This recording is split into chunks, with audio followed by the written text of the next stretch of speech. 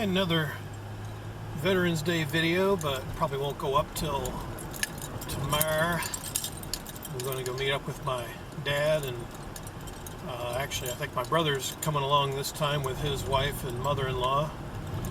That ought to be interesting. Meet up with them at O'Charlie's. Probably won't get any video inside, but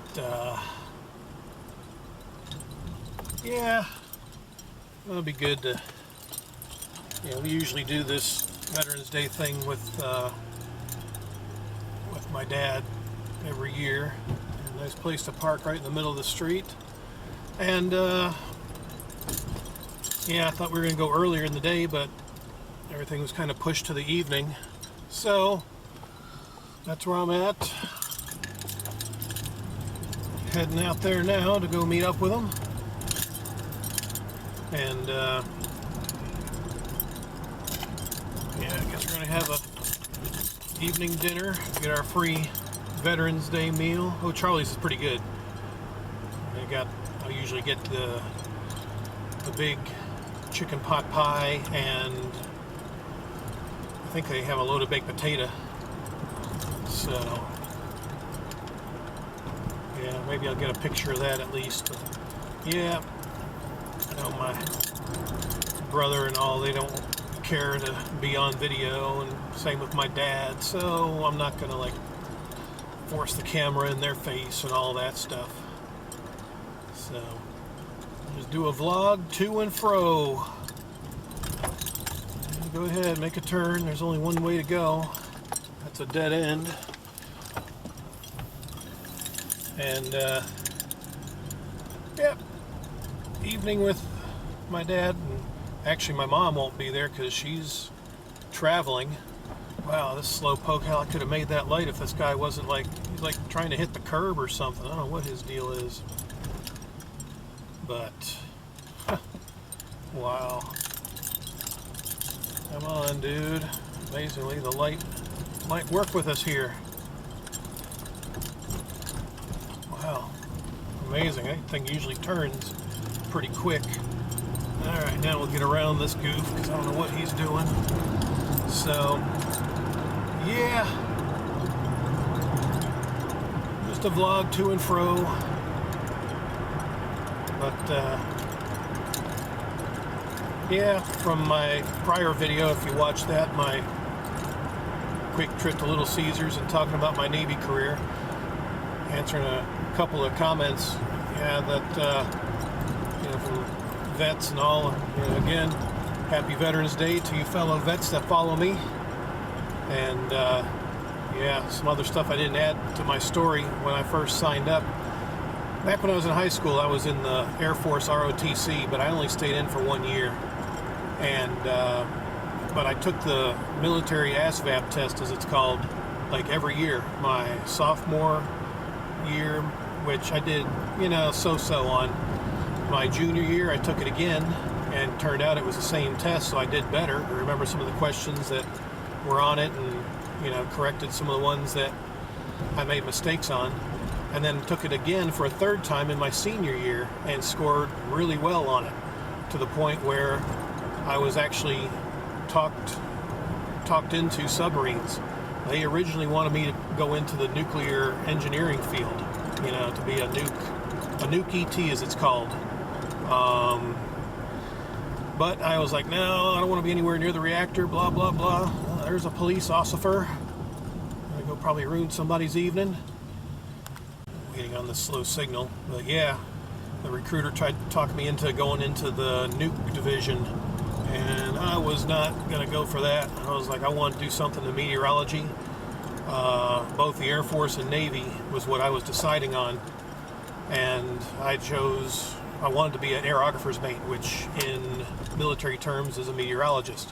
And if you follow a lot of my videos, when storms come rolling through, I'm out and around, I'm filming them, this, that, and the other. And that's what I really wanted to do, but both rates were locked up, and I had to choose. Because at the time, my days were numbered living at my parents' house. I was kind of rebellious, and yeah, basically, my parents gave me two choices. I was either going to go in the military or I was going to be on the street. So I was like, you know what? I'm just going to go in the military. So I made that light. Everybody's just kind of creeping here. I'm going to turn this way anyway. So yeah, I chose the Navy. And again, since I couldn't get to be an aerographer's mate, I was like, well, what do you have that deals with, weather, if you want me on a submarine?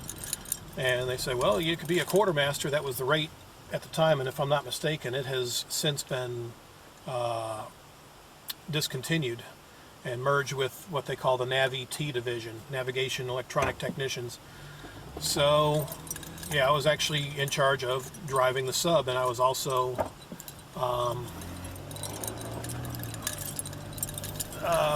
mapping the ocean bottom and doing like oceanography, following fathom curves, stuff like that. There's 6 feet in 1 fathom, if you didn't know that. So our charts, we never called them maps, they were called charts, were always, I was actually in charge of prepping our charts for the upcoming mission. So I'm always plotting, I was either plotting dots or updating buoys and calculating sunrise, sunset, stuff like that. And yeah, wound up getting talked into going in to be a quartermaster. So let me squeeze on in here because the traffic is ridiculous. I'm gonna park in the back. You're here at O'Charlie's, and of course a big giant church bus is going to hog all the spaces. Isn't that beautiful? And of course, yeah, no room. Wow.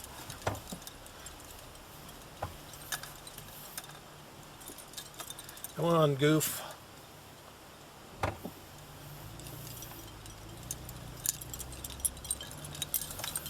So yeah, I have to. There's like no place to park. Oh, beautiful. Oh, there's a spot, and I'm gonna back on in because I'm gonna snag it before anybody else does. We do this. All right. Nice. Nice and easy. Just like that. All right. But yeah, anyway, back to my story. Yeah, part of my job was navigation and all that stuff, and yeah, so yeah, that's what I got talked into doing. Navigating a submarine. So yeah, did that for 4 years, and again, went to 5 different subs and all that stuff. But I'll tell you more about that if I remember on the way home. Okay, got mine to go because it took like forever. Waited almost an hour, and then took another 45 minutes to get the food. Oh my gosh. But yeah, it was fun meeting up with the family. Oh, let me get my seatbelt on. Yeah, this place is still packed. So, oh my goodness. Yeah, watched a couple go in front of me that were arguing. I'm thinking to myself, oh boy. Welcome to dinner, Veterans Day, and yeah, arguing. So, beautiful. But yeah, anyway, I'm trying to remember what I was talking about earlier. But yeah, my sub career going. Oh, let's see. What did I not talk about? Yeah, I guess navigation and how I got into my field. But yeah, I'm doing, mapping the ocean bottom, and when we're traveling through the Gulf Stream, that's always fun. When you're going from, cool ocean temperatures to the Gulf Stream, which averaged around 10 degrees warmer, and all of a sudden you got to get control of the sub that was wanting to come to the surface, and you know, you're trying to keep the sub down, and plus the current, you know, accounting for set and drift and all that stuff. Oh boy. Okay, finally. Watch out for goofs trying to run the light. But yeah, mapping the ocean, and yeah, the Gulf Stream is a funny current in the ocean. When you're on a ship, all you got to worry about is set and drift when it's trying to push you off course. But if you're on a submarine, you're trying to maintain your, you know, the sub being submerged, but suddenly you got to bring in more water to keep the sub underwater, because you hit that warm water, you start rising to the surface like you're a cork, you know. So you had to fight with that to try to, you know, keep the sub underwater so you weren't picked up by the Russians. And again, the current was strong enough that it would, you know, you had a moving haven, you know, so many miles ahead, so many miles back, so many miles wide. And the Gulf Stream would try to push you, you know, usually north. That's the way it moved. And if you wound up coming outside your moving haven, which actually happened one time, but not on my watch, luckily, yeah, you're required to surface if you wind up, you know, going out of your moving haven.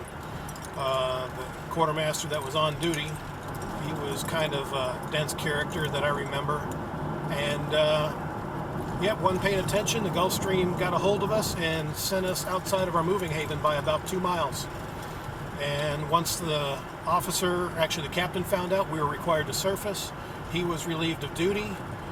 And actually, I think I had to come on along with another one, because we had to get everything reset, get our bearings straight, and get back inside our moving haven. And then we submerged again. But of course, it's pretty much too late. We've already let the submarines know, or the Russians know where we were.